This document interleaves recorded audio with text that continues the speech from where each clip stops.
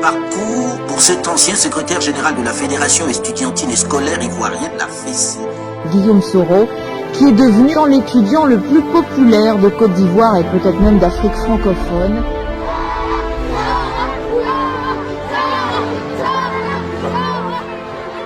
Qui en moins de 10 ans aura été ministre d'État, Premier ministre et maintenant président de l'Assemblée nationale.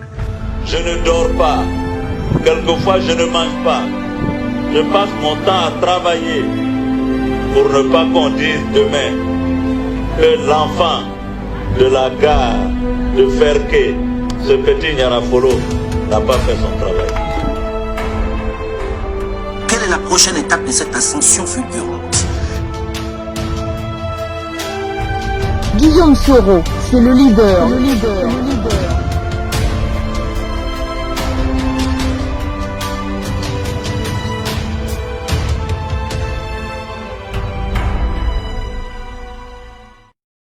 La FESI, la Fédération estudiantine et scolaire de Côte d'Ivoire, un syndicat qui est longtemps resté clandestin. Il a été dissous officiellement en 91.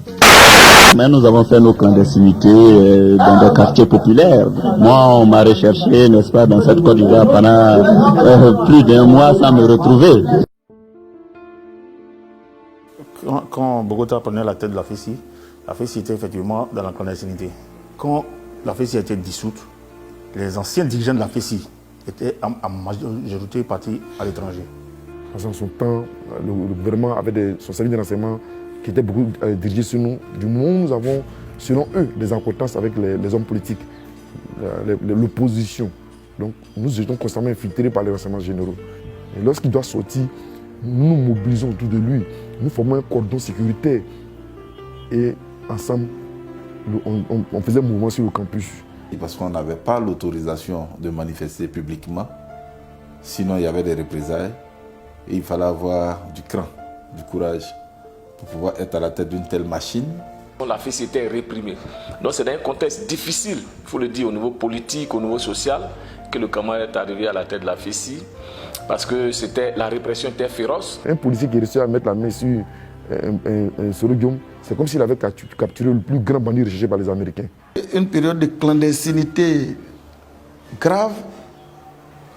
Et donc nous allons nous battre avec tout ce que nous pouvons jusqu'à ce que, comme je l'ai dit, en 91 jusqu'en 92, il y ait encore cette crise de l'arrestation totale jusqu'à tous les démocrates, le président Laurent Gbagbo, le professeur Denis Segui et beaucoup d'autres démocrates en prison. Et on avait assisté de 93 à 95 à une forte migration des responsables de la FESI, c'est-à-dire qu'ils se sont expatriés, ils sont donc allés en exil. Bon, après, nous n'étions plus là. Il y a eu donc la suite que d'autres camarades pourront peut-être ajouter. Il y a eu plein de nos amis qui se sont exilés, qui sont partis, et ça a vraiment assommé la structure. Non seulement on était dans la clandestinité, mais la mobilisation n'était plus de mise. Parce que quand on appelait les étudiants, hein, ils ne se reconnaissaient plus en nous. Ils se disent que, bon, écoute, ils nous utiliser pour demain aller vous aussi en exil. Même sur le campus, nous qui étions sur le campus, qu'on appelle, quand on siffle, c'est par le sifflet, on était même lapidés. Il a fallu donc qu'on résiste à tout cela. Quand vous êtes des clandestins, parce que c'est ça, nous étions dans la clandestinité, vous savez que ce n'est pas facile. Pour moi, la Maka a été un lieu qui m'a fortement marqué. Quand ça commence, on dit étudiant aime trop parler. Quand ça commence, on dit étudiant aime trop crever. Au début, ils nous ont arraché les bus, on nous fait payer les chambres, les tickets de restauration. À la fin de chaque meeting, il y aurait toujours une crise entre les policiers. Ça, on sait ça. Il fallait surmonter tout cela. Ça veut dire quoi? D'autres bureaux étaient confrontés à deux problèmes clés. Comment faire pour réhabiliter la FESI? Mais comment faire aussi pour réhabiliter cette même FESI-là vis-à-vis de nos militants? Parce que là, c'était encore plus important. On pourrait ne pas être reconnu par les autorités, mais si on avait nos militants avec nous, si nos militaires étaient mobilisés, je crois qu'on allait gagner tous les combats facilement. Mais à ce niveau-là aussi, le départ un grand nombre de nos anciens dirigeants a constitué un gros handicap. Et tout ça, il fallait remonter. Nous-mêmes, nous avions été contactés pour aller en exil, mais on avait dit non, qu'on resterait. On a fait le serment de rester et de faire en sorte que la FESI soit réhabilitée. Donc pour nous, la réhabilitation de la FESI était l'objectif principal. En dehors des revendications à caractère social, l'élément clé, c'était la réhabilitation de la FESI. L'un des objectifs principaux, c'était la réhabilitation de la FESI. Il fallait arriver à un moment donné à la réhabilitation.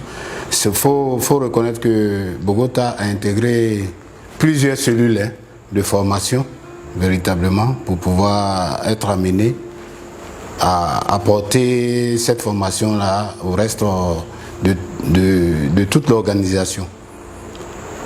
Et il a intégré aussi une cellule qui était dirigée par l'ambassadeur Tanoué Désiré. C'était une cellule de formation clandestine. Et je sais qu'à cette période, M. Tanoué était tellement convaincu de la réhabilitation, c'était en 1995, de la réhabilitation de la FESI. Il était vraiment convaincu qu'on arriverait dès 1995, à partir de 1995 du moins, à la réhabilitation de la fédération. Parcours pour cet ancien secrétaire général de la Fédération estudiantine et scolaire ivoirienne, la FESI. Guillaume Soro, qui est devenu l'étudiant le plus populaire de Côte d'Ivoire et peut-être même d'Afrique francophone.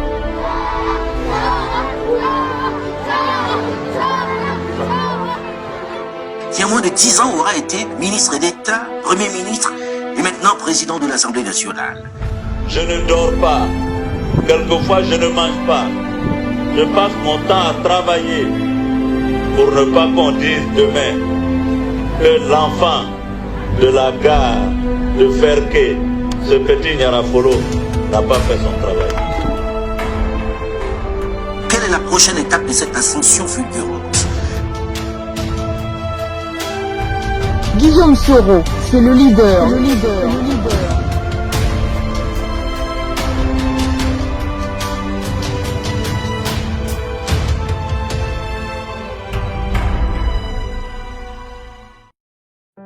Docteur Boussina Marius, j'étais membre du bureau national adjoint de Suleiman Kamagaté,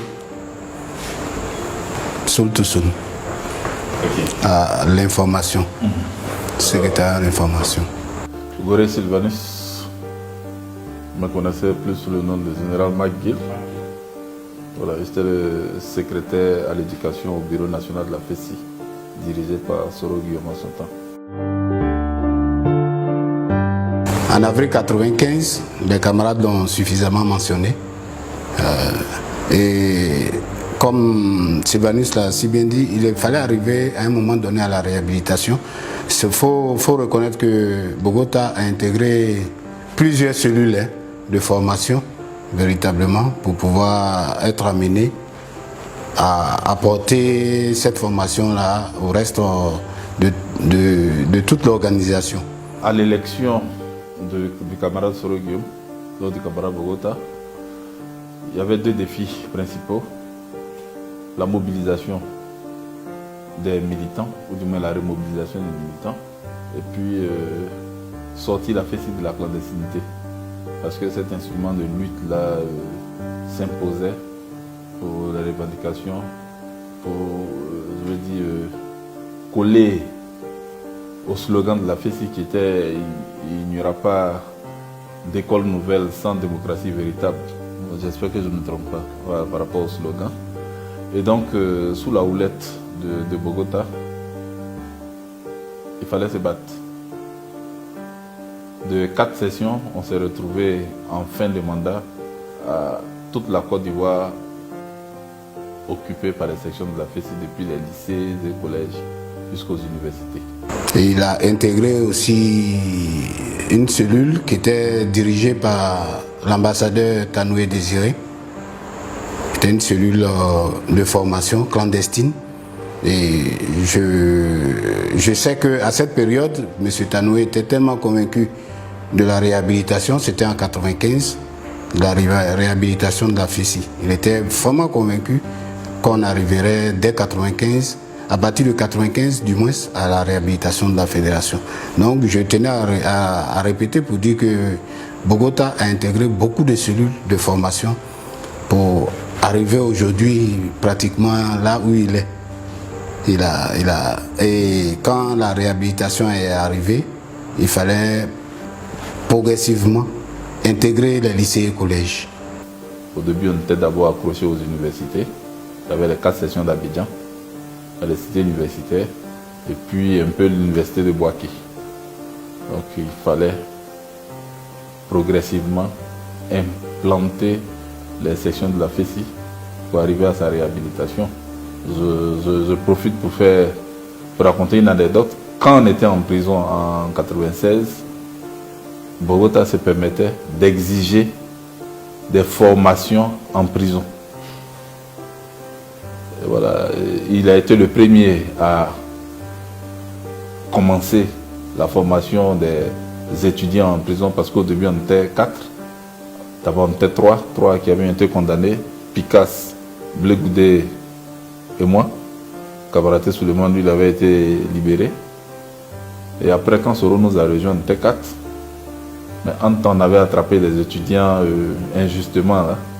Ça faisait qu'on était 27 en prison. Et il a exigé une formation là-bas. Il était le premier à passer.